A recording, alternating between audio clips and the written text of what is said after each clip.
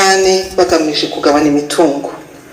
Mu gukemura iki kibazo, uyu mushinga uraho umucamanza ububasha bwo gusuzuma ibijyanye no kugabana umutungo mu buryo bungana igihe abasaba ubutane bari barashyingiranywe mu buryo bw'ivangamutungo rusange cyangwa se uburyo bw'ivangamutungo w'umuhahano, ndetse no kuba yakwemeza kutagabana mu buryo bungana mu gihe ubutane bubaye mbere y'imyaka 5.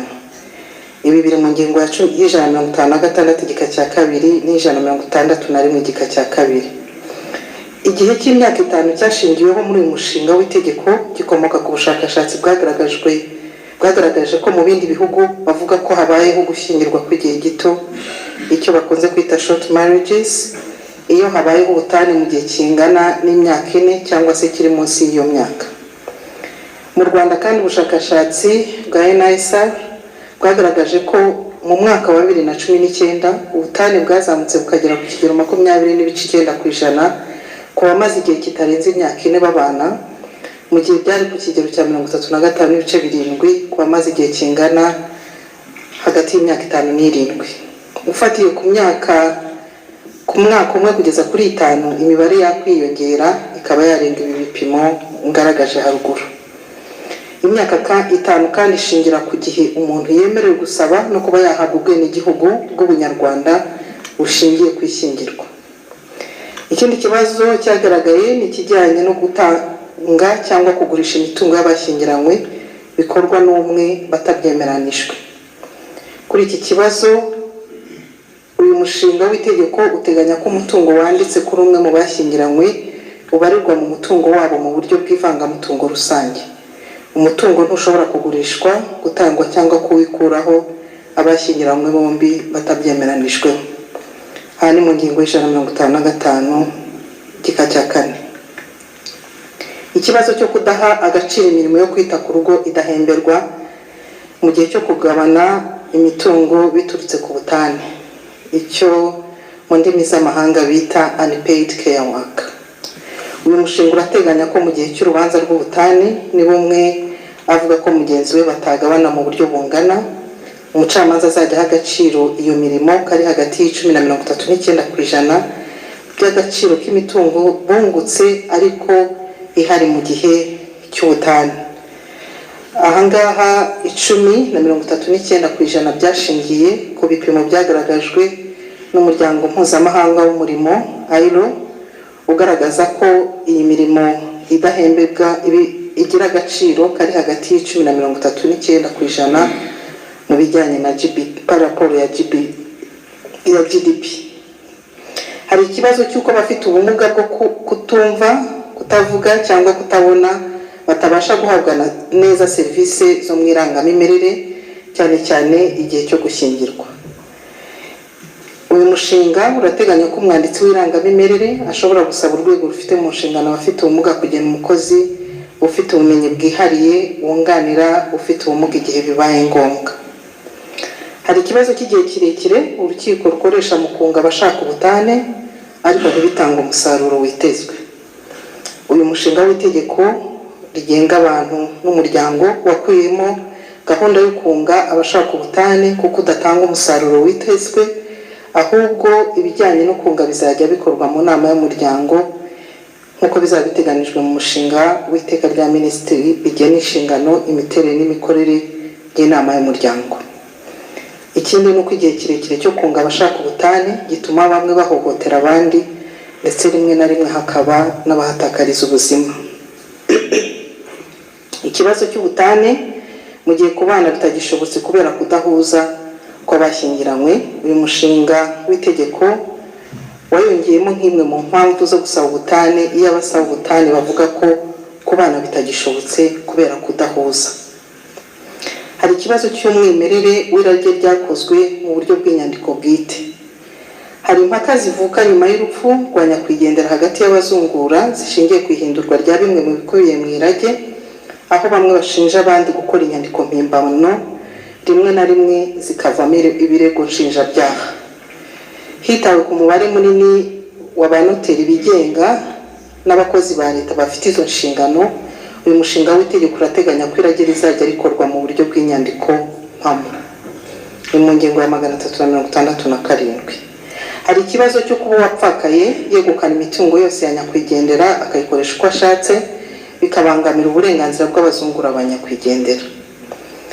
Iyo ivangamutungo rusange risheshwe kubera urupfu rw'umwe mu bari barashyingiranywe, umutungo wose uzajya usigaranwa n'uwapfakaye kugeza igihe izungura rikorewe, kandi akubahiriza inshingano yo kurera abana babo abanyakwigendera bemewe n'amategeko, ndetse no gufasha ababyeyi ba nyakwigendera igihe bikenewe.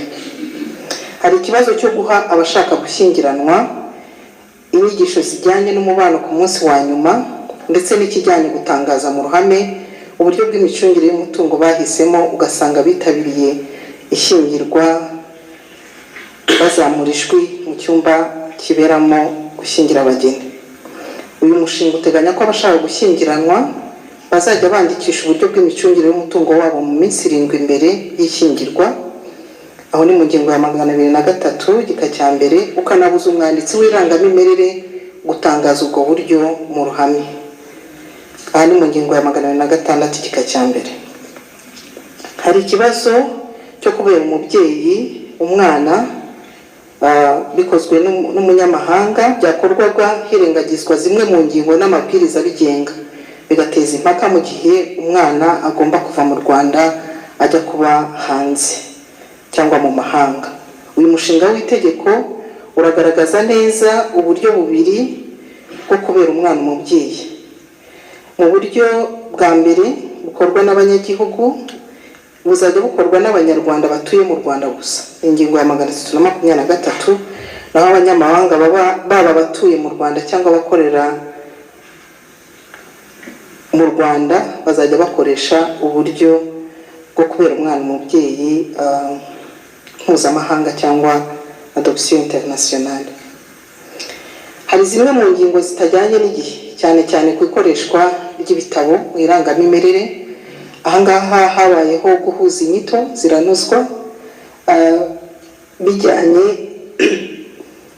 n'itegeko nimero 29/2023 ryo kuwa 14/6/2023 rigenga iyandikwa ry'abaturage muri system imwe y'igihugu y'indangamuntu koranabuhanga. Ahangaha habayeho kunoza no guhuza inyito. Nyakubahwa Speaker, banyakubahwa Vice President, banyakubahwa Depite, izi mpamvu ndetse n'izindi zagiye zigaragazwa ko umushinga ukomeza kuvugururwa nizo zashakiwe ibisubizo muri uyu mushinga w'itegeko rishya ugizwe n'ingingo 406. Munyemerere nibutse ko mu gihe cyo gukusanya ibitekerezo hari ingingo zimwe na zimwe zagiye zigibwaho impaka cyane. Aha nagaruka nko gukura mu itegeko ibijyanye n'uko abashyingiranwa bafata ku ibendera igihe bavuga indahiro yabo. Muri uyu mushinga w'itegeko ufata ku ibendera n'umwanditsi w'irangamimerere gusa, naho abashyingirwa bazamura ukuboko kw'iburyo bakavuga indahiro. Hari kandi guha umuntu wujuje imyaka 18 ariko utarageza ku myaka 21 uburenganzira bwo gusaba uruhushya rwo gushyingirwa igihe hari impamvu zumvikana. Byashyizwe muri uyu mushinga w'itegeko bikazajya byemezwa n'ushinzwe irangamimerere ku karere. Uburyo bwa kane bw'imicungire y'umutungo, uyu mushinga uteganya ko ubu ni uburyo bushya kuko ubundi twari dusanganye uburyo butatu, ariko uyu mushinga urateganya ko abagiye gushyingirwa bashobora guhitamo ubundi buryo bw'imicungire y'umutungo wabo iyo butanyuranyije n'amategeko ndemyagihugu n'imyifatire mbonezabupfura. Icyo gihe abashyingirwa bakora inyandiko mpamo igaragaza ko bazacunga umutungo wabo ndetse n'inkurikizi kuri uwo mutungo mu gihe basheshe ishyingiranwa cyangwa bahinduye uburyo bw'imicungire y'umutungo. Ibi biragaragara mu ngingo y'167. Nyakubahwa Speaker, banyakubahwa Vice President, banyakubahwa Depite, ngana ku musozo nabasabaga ko